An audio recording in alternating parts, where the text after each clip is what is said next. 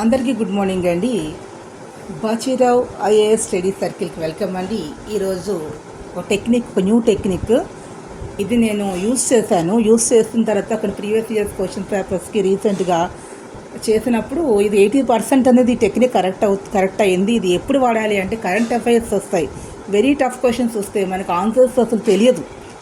మిగతా వాటికి మనం బేసిక్గా నాలెడ్జ్ ఉంటే కొన్ని ఆన్సర్ చేయగలుగుతాం, కానీ కరెంట్ అఫైర్స్ ఎంత చదివినా కూడా అది ఒక ఓషన్ లాంటిది కాబట్టి మనం ఆన్సర్ చేయలేం. అలాంటప్పుడు కొన్ని టఫ్ క్వశ్చన్స్ వస్తాయి, అప్పుడు మనం టెన్షన్ ఉంటుంది హై స్కోర్ చేసేయాలి అని. కానీ ఏదైనా కూడా 55% 60% ఆన్సర్ చేస్తే very great. Competitive exams negative marking ఉన్నప్పుడు ఏది 190-80% మార్క్స్ రావడానికి ఇదేమి అకాడమిక్ ఎగ్జామ్ కాదు, స్కూల్ కాదు. కానీ అట్ ది టైమ్ ఆఫ్ ఎగ్జామినేషన్లో అందరూ కూడా టెన్షన్ ఫీల్ అవుతారు మార్క్స్ స్కోర్ చేయాలని. అట్ దట్ టైం ఈ టెన్షన్లో చాలా తెలియని వాటికి కూడా మనకి ఏదో ఆ టైంలో తెలిసినట్టు అనిపిస్తుంది, గౌరవ ఏదో పెట్టేస్తారు, దానివల్ల వచ్చిన మార్కులు కూడా పోతాయి. అలా పోయి ఈవెన్ డిస్ట్రిక్ట్ లెవెల్ పోస్ట్ కూడా పోగొట్టుకున్న వాళ్ళు చాలామంది ఉన్నారు. కేవలము నెగిటివ్ మార్కింగ్ వాళ్ళే పోయిన వాళ్ళు, మంచి స్కోర్ చేసిన క్వాలిఫైయింగ్ మార్క్ దాటిపోయిన వాళ్ళు, జాబ్ వచ్చే పొజిషన్ ఉన్న కూడా నెగిటివ్ మార్కింగ్ వల్ల పోయిన వాళ్ళు చాలామంది. సో కాబట్టి ఇది గుర్తుపెట్టుకోండి, both central and state civil సర్వీసెస్లో. అందుకని ఈ టెక్నిక్ ఏంటంటే మనకి ఇప్పుడు ఎట్లా ఎలిమినేషన్ ప్రాసెస్ అని ఉంటుంది, మనకు ఆన్సర్ అసలు ఏమీ తెలియదు, అసలు ఆ క్వశ్చన్ కూడా మనకు తెలియదు, పోనీ ఎక్కడో చదివినట్లు ఉంది కానీ కరెక్ట్ ఆన్సర్ ఐడెంటిఫై చేయలేకపోతున్నాం. ఇప్పుడు ఏం చేస్తారు, అక్కడ 1 2 3 4 అనే 4 ఇస్తారు. ఇంత ఈజీగా ఏమి ఉండట్లేదు, ఎగ్జామ్ టఫ్గానే ఉంటుంది. సివిల్ సర్వీసెస్ అంటే ఎప్పుడు కూడా టఫే ఉంటుంది, అంత ఈజీగా ఉంటుంది. స్టేట్లో అయితే ఇదివరకు 4 ఆన్సర్ కొంచెం సులభంగా కనిపించేది, ఇప్పుడు అట్లా ఏమీ లేదు. సో మనకు సంపూర్ణంగా నాలెడ్జ్ ఉంటేనే కానీ ఎవరు కూడా ఏ సబ్జెక్ట్ అయినా ఆన్సర్ చేయలేని పరిస్థితే ఉంది.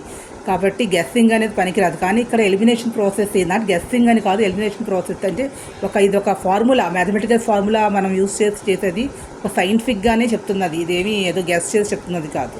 ఏంటంటే ఎలిమినేషన్ ప్రాసెస్ ABCD అని 4 ఇచ్చారు. ఇచ్చినప్పుడు ఒక బుక్ ఆధారు ఒక బుక్ కనుక ఎవరు రాశారు అని అన్నప్పుడు మనకి ఆ బుక్ కొన్ని కాంప్లికేటెడ్గా ఫారెన్ వాళ్ళు రాసినవి ఉంటాయి, కొన్ని మనకి అవి తెలియదు. అలాగే నోబెల్ ప్రైజ్ ఎవరో అని 3-4 ఉంటారు కొన్ని ఫిజిక్స్ కెమిస్ట్రీలో ఆ స్పెషలైజేషన్స్ మీద వాళ్ళు ఏ సబ్జెక్ట్ మీద అయితే నోబెల్ ప్రైజ్ వచ్చిందో టాపిక్ గురించి కానీ వాళ్ళ పేర్లు కానీ కొన్ని గుర్తుపెట్టుకోవడం కష్టంగా ఉంటుంది, చదివినా కూడా మర్చిపోతూ ఉంటాం. అట్లాంటి క్వశ్చన్స్ ఎప్పుడైతే ఇచ్చినప్పుడు ఒక బుక్కి రైటర్ అనేటటువంటి వాళ్ళ అనేది కాన్స్టెంట్. ఒక బుక్ ఒక వ్యక్తే రాస్తారు. మహాభారతము అని ఎగ్జాంపుల్ తీసుకుంటే సాంస్క్రిట్లో వేదవ్యాస అని రాశారు, మహాభారత సాంస్క్రిట్ వేదవ్యాస ఇది కాన్స్టెంట్. అలా కొన్ని బుక్స్కి ఆధార్ కాన్స్టెంట్. అట్లా ఇచ్చినప్పుడు ABCDలో 1 2 3 4 ఇచ్చినప్పుడు ఆ బుక్ ఆధార్ అని అన్నప్పుడు దానికి ఆప్షన్ 1A అనేది ఎప్పుడు కూడా కరెక్ట్ అయి ఉంటుంది. ఇది 80% కరెక్ట్ అవుతుంది ఏ అనే ఆన్సర్ అనేది గుర్తుపెట్టుకోండి బుక్స్ ఆధార్కి సంబంధించిన విషయంలో. అంటే ఇవన్నీ కూడా ఏన్షియంట్ అంటే ప్రాచీన కాలంలో మీడియేవల్ పీరియడ్ అట్లా వచ్చినటువంటి పుస్తకాలకు సంబంధించి మనం తీసుకున్నట్లయితే ఇప్పుడు కొన్ని సంస్కృత లిటరేచర్లో ఉంటాయి, భవభూతి ఇలాగ తర్వాత భారవి అని కవులు ఉంటారు, వాళ్ళు రాసినటువంటి కిరాతానజీల కావ్యాలు ఉంటాయి, కాళిదాసు కుమార్ సంభవం ఇట్లాంటివి. ఇవి మాత్రము ప్రాచీన కాలమైనా కూడా ఆన్సర్ ఎప్పుడు 1 కిందే తీసుకోవాలి, అది ఆన్సర్ 1 అయ్యి ఉంటుంది అక్కడ. అలాంటి క్వశ్చన్స్ మీకు కనిపించినప్పుడు సో మ్యాక్సిమం అంటే 80% 1 అవుతుంది ABCDలో. నెక్స్ట్ వచ్చిన తర్వాత అలాగే మల్టిపుల్ చాయిస్లో అదే ఇప్పుడు మీకు దీని కింద మ్యాచ్ ది ఫాలోయింగ్ కింద ఇచ్చినా కూడా అక్కడ కూడా A1 B2 అలా వచ్చిన దాంట్లో కూడా A అవ్వడానికి 80% అనేది ఛాన్సెస్ ఉన్నాయి. సెకండ్ ఏంటంటే ఇంకోటి ఇప్పుడు ఈ Nobel prize present current affairs present ఇచ్చిన వాళ్ళది ఇప్పుడు ప్రజెంట్ అంటే ఇప్పుడు సపోజ్ ఎగ్జామ్ అనేది 2025లో జరుగుతుంది.